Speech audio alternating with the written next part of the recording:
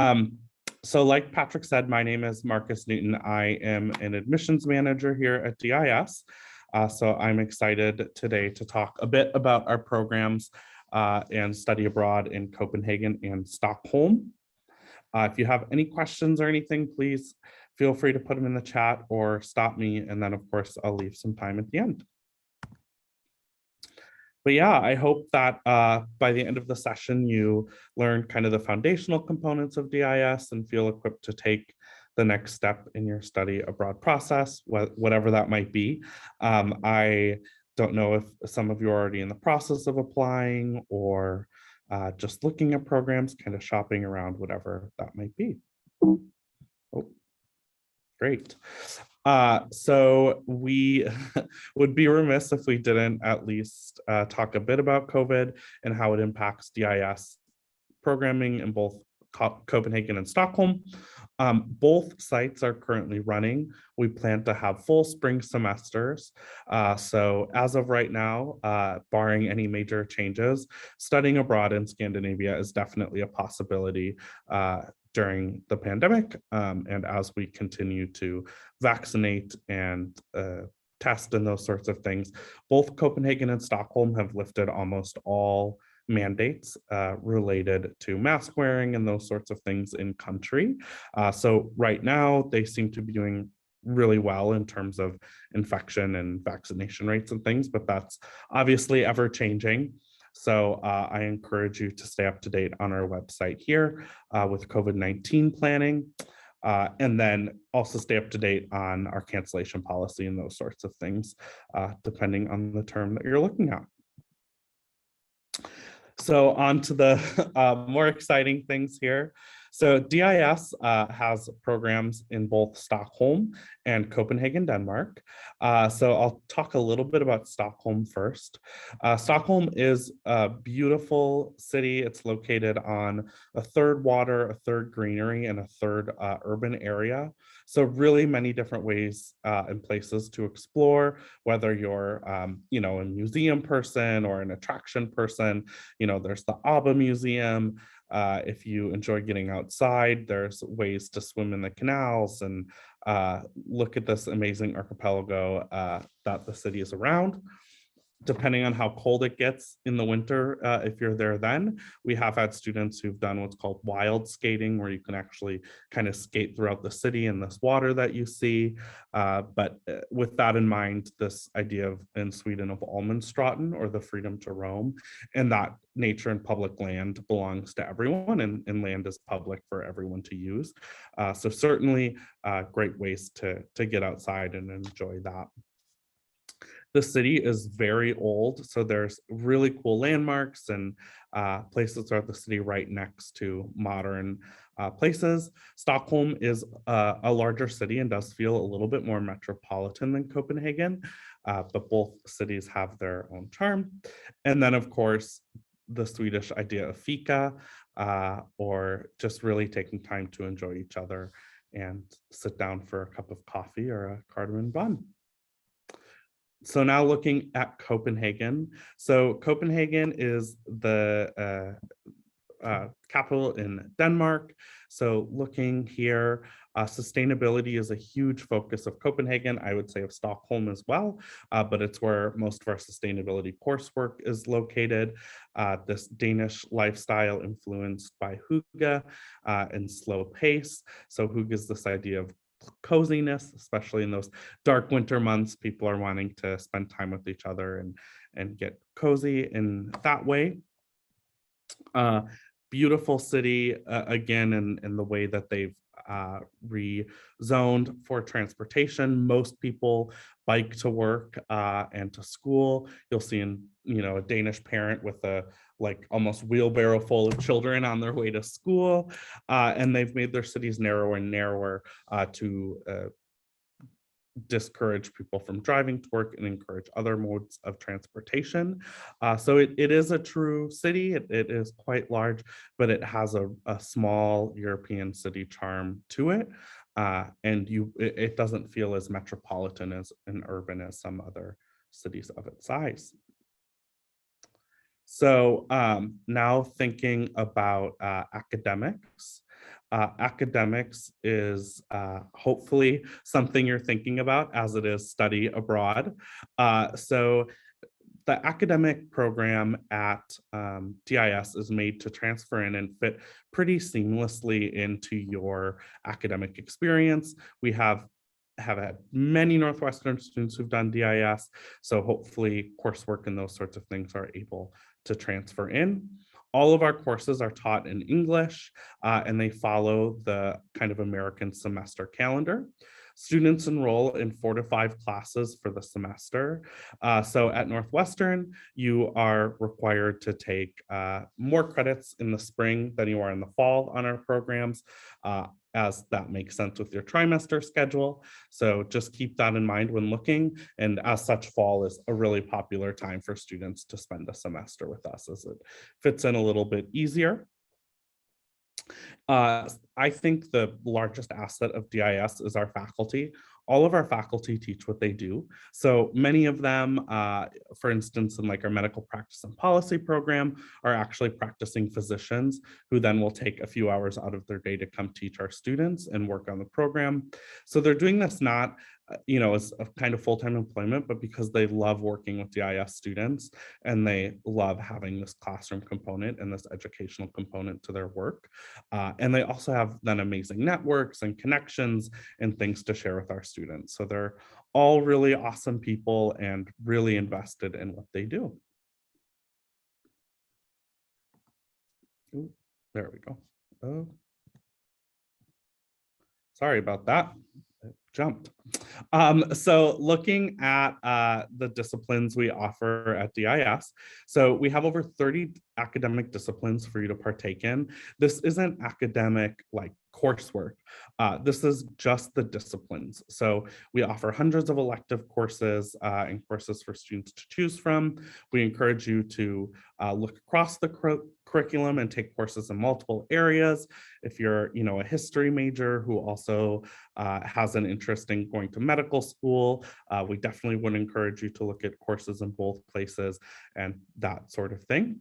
And the courses themselves are sometimes cross-disciplinary. They fit multiple different majors and things as well. So now looking at lab and research opportunities, it is pretty rare to have a research experience abroad, but DIS does have research in many different areas, as you can see here, not just in the hard scientists, as some students would assume, and then different lab programs as well. Labs are really popular in the summer, as well as the semester, but in the summer, you can actually do a 6-week lab and research session, which I highly suggest, especially or highly encourage, especially if you're looking at going into lab work or research, as it gives you kind of an idea of what that job might look like as you're working in the lab and really invested in that full time. And then throughout the summer, we also have 3 sessions that we offer. So you can do 1 or all 3 or 2, however you want to break it up, and then an architecture and design session. Something that's really cool about the summer is that you can also take 1 session in Copenhagen and 1 in Stockholm, or 2 in Stockholm, 1 in Copenhagen, vice versa. So there's a lot of ways to configure it and choices and things there. So who are DIS students? So DIS students are intellectually curious, academically driven. They're explorers. I think anyone who studies abroad a bit is going to have that explorer component. I think our students are really interested in the academic experience. They're looking for something that's a little bit more than just a classroom course that they're used to, but something that is more engaging and really uses all of their senses to learn as they navigate these cities and treat them as their new home. We have racial, ethnic, and socioeconomic diversity in our student body. That's something that's very important to us, and we're continually striving to increase that and to make sure that all students feel welcome and comfortable at DIS. We operate in countries where diversity is sometimes hard to find, and we are working and very active in communities in both cities to encourage diversity and also think about the way that these cities approach people from other places. Our students come from many different institutions, so that's also something that can be really fun. You get to explore a new culture, but then you also get to meet all of these new people from the state. So it's best of both worlds there. And then a huge variety of majors and academic interests, as I kind of touched on. Most students are in their junior year of college. That certainly doesn't mean that's the only time you can study abroad, but that is the most popular time. And I would say for Northwestern students, it's especially the junior year, or the junior fall semester is probably the most popular time, but I encourage you to look at spring and other times as well. The minimum GPA for DIS is usually a 3.0, and the average is around a 3.5. So talking about kind of the foundational academic components of DIS, all of our students are able to do what are called field studies. So every Wednesday at DIS is field study day, and each course at DIS goes on 2 to 3 field studies throughout the semester. So this is a way to get out of the classroom and into the city through your courses. So if you're in 4 courses, that would be 8 field studies throughout the semester, 8 to 12. So there are some examples there of different field studies that have happened in the past. So just to share a few. And then I would say last time I was in Copenhagen, I went on a field study and accompanied some students who were going to a distillery to learn about the making of aquavit. And aquavit is a Swedish and Danish and kind of Scandinavian in general, I should say, liquor that's drank especially around the holidays.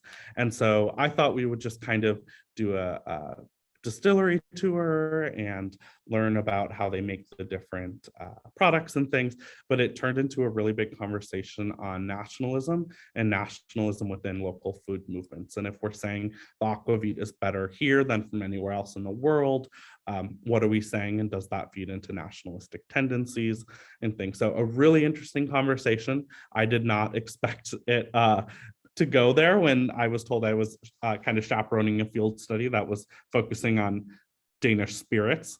But it was so interesting. And I think our students would say that's really typical of a field study at DIS, that you have these really engaging conversations and these experiences that you wouldn't necessarily have thought about going into it. Our courses, all of our core courses involve 2 study tours. So during the semester, you would go on 2 study tours, and then depending on your summer session, you'd go on a study tour as well. Study tours are actually a time for you to go elsewhere in Europe.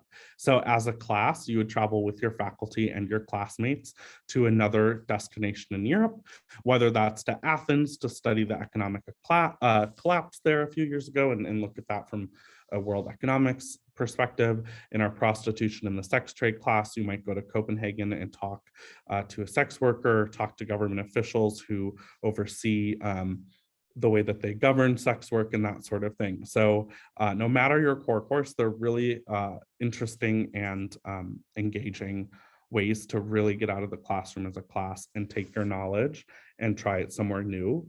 It's really, in some ways, looking at 4 different cultures, right? So you have your American culture that you come with that you can compare it to. You have the Danish culture you're learning about in the classroom.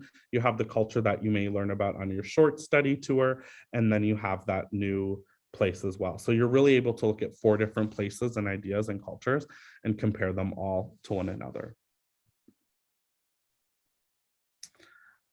So now moving on to housing, which is another really important component of study abroad. And DIS, we offer a number of different housing options. I would encourage you to look and think about all of them. We offer homestays with Danish or Swedish families. Homestays are our highest rated housing option at the end of the semester. It's a really amazing experience. We have families of all shapes and sizes, ages, and if you've always wanted a sibling, now's the time. If you grew up in a family of several kids, or just have one sibling who you find really annoying and you're ready to be an only child, now's the time. That's certainly something you could say in your housing form. Sometimes students want to have a pet while they study abroad, so they like to be with a family that has a dog.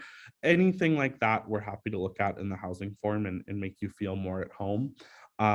Homestays are a really incredible way to learn about the culture you're studying abroad in. It's the best way to really get to know people and have that embedded cultural component in your experience.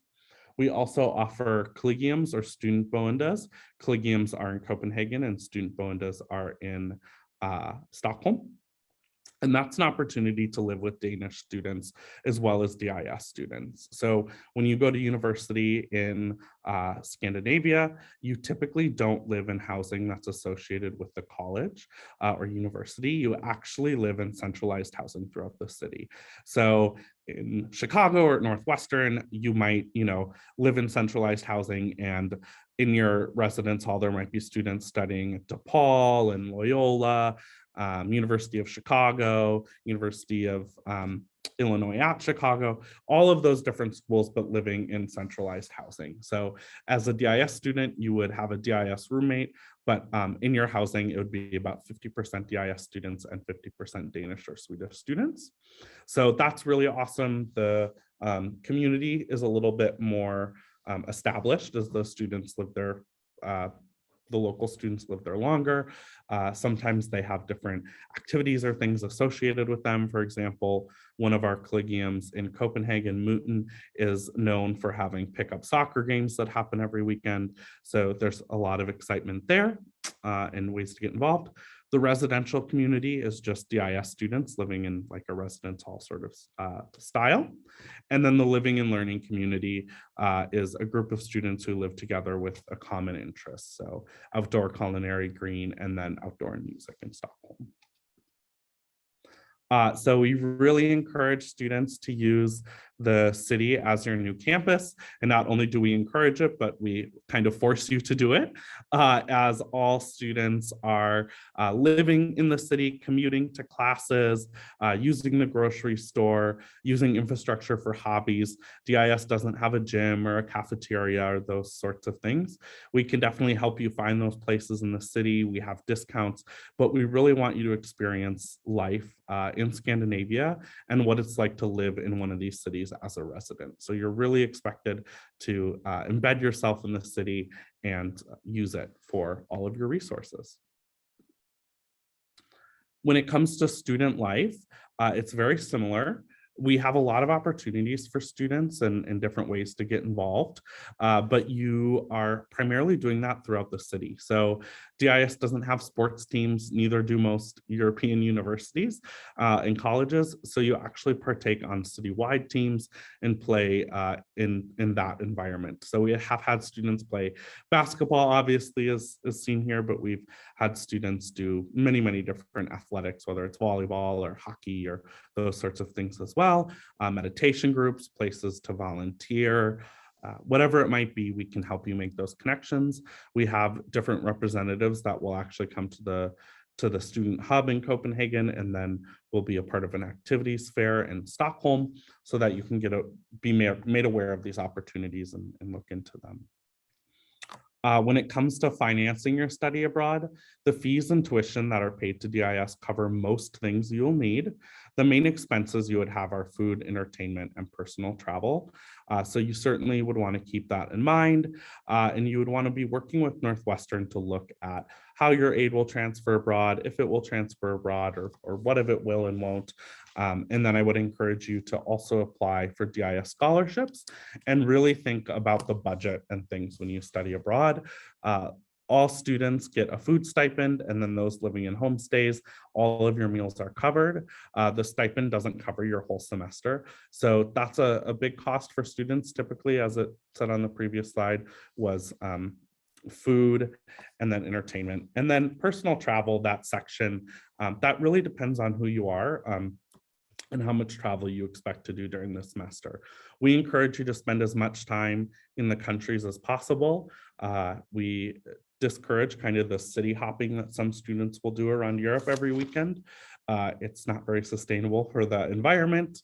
It really cuts down on the time you spend in country and minimizes the impact and the amount that you really get to know where you're studying.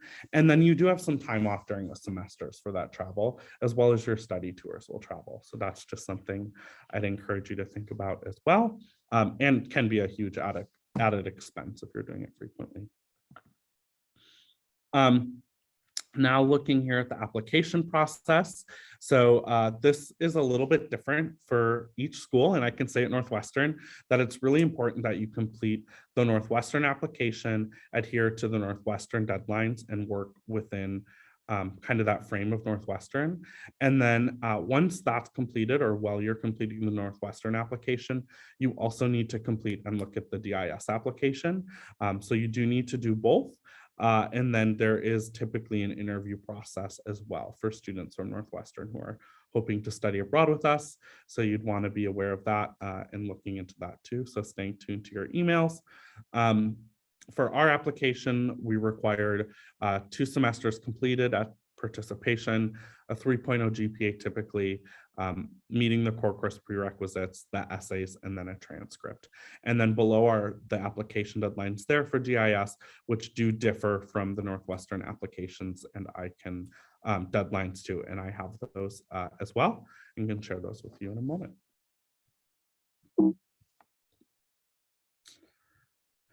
So yeah, next steps here, if you're interested in DIS. So obviously working with Patrick and the other folks at Northwestern on that process, and then also with DIS. If you have any questions or want to do an individual advising, you can sign up for individual advising on our website. We use Zoom, similar to this, to meet with a representative, and then follow our social media. I always feel a little bit awkward, or like this is my time as an influencer to plug our social media, but they are really great resources.